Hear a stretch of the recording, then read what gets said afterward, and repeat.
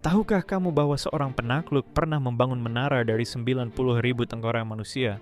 Tamerlane, kaisar yang menakutkan dari Asia Tengah, menciptakan monumen teror paling mengerikan dalam sejarah. Setelah menaklukkan sebuah kota, dia tidak hanya membunuh penduduknya, dia memerintahkan tentaranya untuk memotong kepala semua korban dan menyusunnya menjadi piramida raksasa. Tengkorak-tengkorak ini ditumpuk dengan sangat rapi, membentuk menara setinggi rumah bertingkat. Darah masih menetes dari celah-celah tengkorak saat piramida selesai dibangun. Tapi ini bukan sekadar kekejaman biasa. Tamerlane tahu persis apa yang dia lakukan. Ketika tentara musuh melihat menara tengkorak di kejauhan, mereka langsung menyerah tanpa melawan. Mereka lebih memilih hidup sebagai budak daripada mati, dan menjadi bagian dari piramida mengerikan itu. Monumen-monumen tengkorak ini berdiri selama berabad-abad.